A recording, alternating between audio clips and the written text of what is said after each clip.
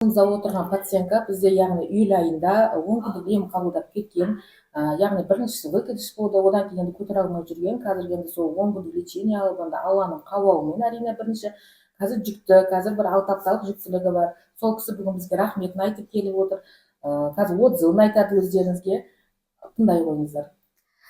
Мен негізі өзім студент болғаннан кейін тұрмысқа шықтым. Сол кезде қиын болды. И сосын мен астым ауырсынып, сосын кішкене воспалениялар болды да. Содан кейін сіздерге көтерген кезде мен қазір қарасам дайындықсыз көтеріппін. Тым витамин да ішкен жоқ едім ол кезде. Сосын сіздерге келіп, сіздерден ем алып, одан кейін сіздердің жазып берген дәрілеріңізді ішкеннен кейін қазір енді шүкір деп көтердім. Күйеуіме қуанып айтамын ғой. Аман есен босануын Алла қаласа.